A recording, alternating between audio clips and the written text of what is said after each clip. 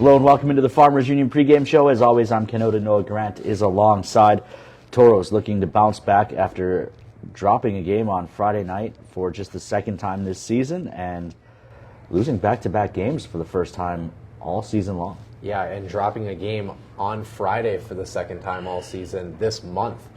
So, I mean, you kind of have that sort of thing you have to work through, both of them in this building as well. But we kind of talked about it over the course of a 60-game season. It's not going to be perfect. I don't think the Toros would be particularly enamored with the effort last night, but I think they did get better as the game went along. They certainly did not get any puck luck yesterday. They played this Bruins team to a one-goal contest. Credit Austin. They came in. They stuck with it. It was kind of a gutsy little road win for them, and it's an interesting spot. We're going to kind of see how the Toros truly respond a little bit mentally, missing one of their best players in the top end of things as well, and Nicholas Kettinen last night certainly hurts, but at the same time, thought the team got better as the game went along, just couldn't find that extra fifth gear when they needed it. Yeah, I think, the final score, Toros lose by 1. That's probably about how the game should have played out, right? The Toros got off to a bad start. I think shots were 8-4 after the first period in favor of Austin, but the Toros carried the play more and more as the game went on and just ran out of time to get it back. But there were bright spots. Chad Muller, 2 points, a goal and an assist last night. So, as you lose Kettinen and maybe have that third line drop off a little bit, good to see Muller get going. Yeah, certainly. And you talk about Toro production. One of the other things that you have to credit this Bruins team as well. How about the fact that, and I could be wrong about this, but I think if I'm jogging my memory, the last time the Toros had under 30 shots in this building was against Austin when they put up 27, and that was almost 3 months ago. So, I mean, it's not an easy task to limit this Toros group from getting to the middle of the ice, creating chances.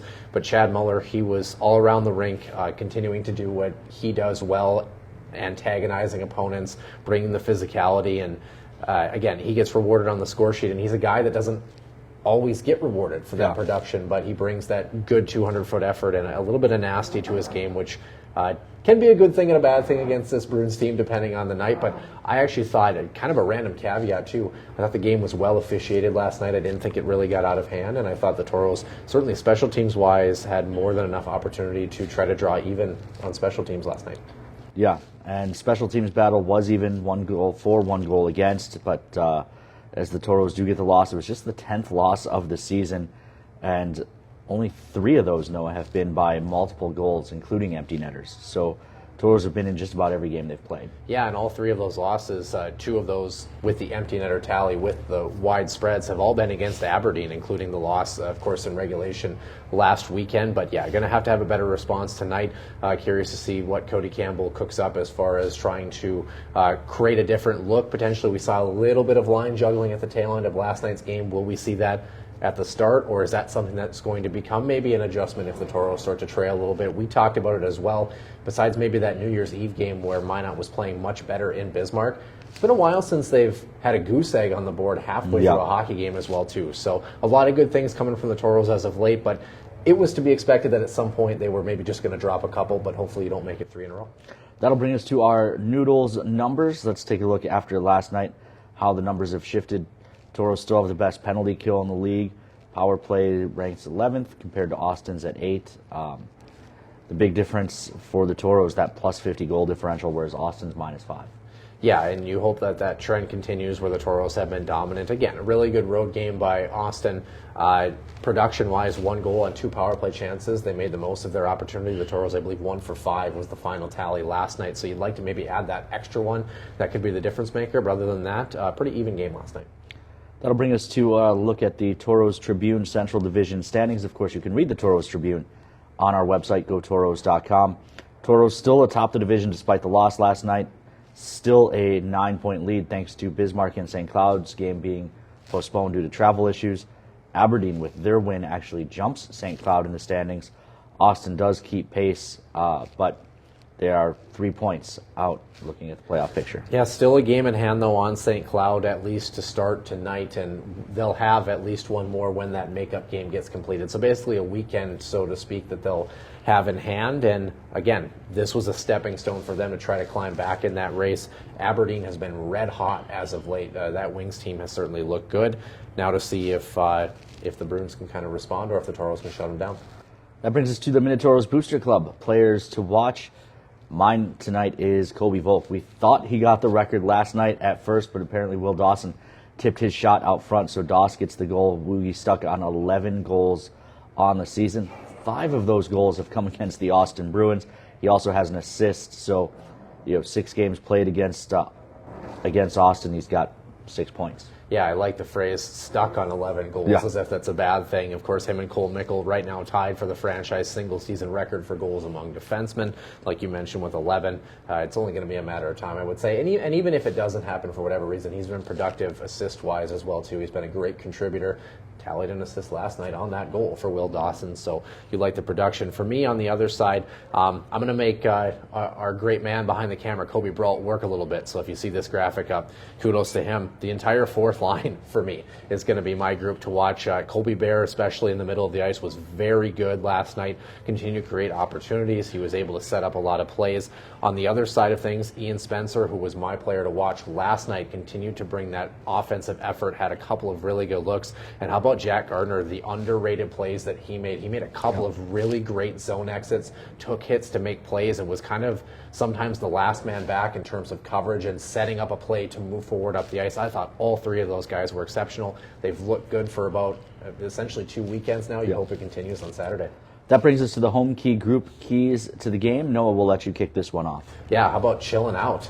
This is the first time the Toros have lost in back-to-back games all season. Sometimes for a team that's been rolling for the majority of the year, that can be kind of a mental reset in a good way or a bad way. The response has to be good. You have to play the mental game. These can be things that can suddenly put kind of a hiccup in a season potentially when you're used to being on the other side and having a victory most of the time. So the Toros have to just kind of get over that mental hurdle. If there is a bright spot to losing last night and having the first 2 losses in a row on the season, it's you want to face adversity now as opposed to May, right? Yep. So this will give this group a chance to face some adversity and see if they can overcome it. My home key group key to the game, score first. We've played 7 games this month. The Toros have given up the first goal in 6 of them. The only game they didn't was when they shut out Aberdeen last Friday. So every game that the opponent has scored in this month, it's been the opponent getting the first goal of the game. I'd like to see the Toros start to flip that script. Yeah, statistically, just based on hockey alone, usually 70% of the time, the team that gets the first goal ends up winning the hockey game, so you can tell how imperative it is. Also speaks to the testament of how good this Toros team has responded when they have given up the first one, but we'll have to see tonight. For me, our combo pick, how about the middleman? Get to the heavy areas of the rink, the middle of the ice, create opportunities. I think the Toros were a little bit lacking until the tail end of the third period when they started to win battles along the wall, get pucks up to the point, and then filter plays into the middle. If you don't win those initial battles, you don't create chances, and if you don't get to the middle, the goaltender sees it every time. All right, that brings us to the Four Bears Casino and Lodge over-unders. Fans, you can play these in the Toros Hockey mobile app. Noah will let you play along as well. Total goals scored tonight. That's not just Toro goals, but it's everyone's goals. 5.5 last night. The game saw 5. I'm going to go with over. I feel like this one is going to open up a little bit if the Toros get back to their game offensively. Trent Wimkin made a couple of really grade A saves in period 2 and period 3. Could have been a much different outcome had he not.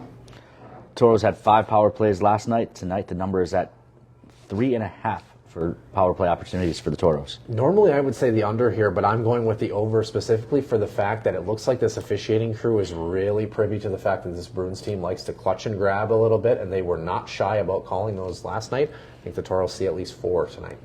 And then I mentioned it earlier, we thought we got this last night, but turns out we did not.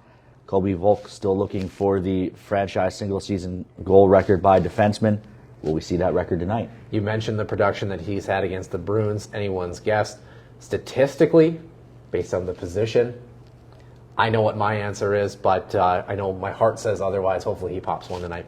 All right, that brings us to the McDonald's Toros trivia question, another game that you can play in the Toros Hockey mobile app. 8 games, every home game that you could play along in the app. Which Toro alumni goaltender had the most saves in their shutout of the Austin Bruins? Keenan Rancière, Ben Garrity, Tim Shaughnessy, or Atte Tolvanen? Boy, I'm not sure. I'm going to go with an underrated pick. Normally, I'm hesitant to guess the one that seems the most obvious, but I am going to go Keenan Rancière. I'm probably wrong, but we'll see. All right, last thing before we go, you may have noticed Noah wearing one of the Prairie Grit jerseys. I've got a Prairie Grit hockey hoodie on here. Fans, you can help support Prairie Grit, not just by bidding in the auction, which is live.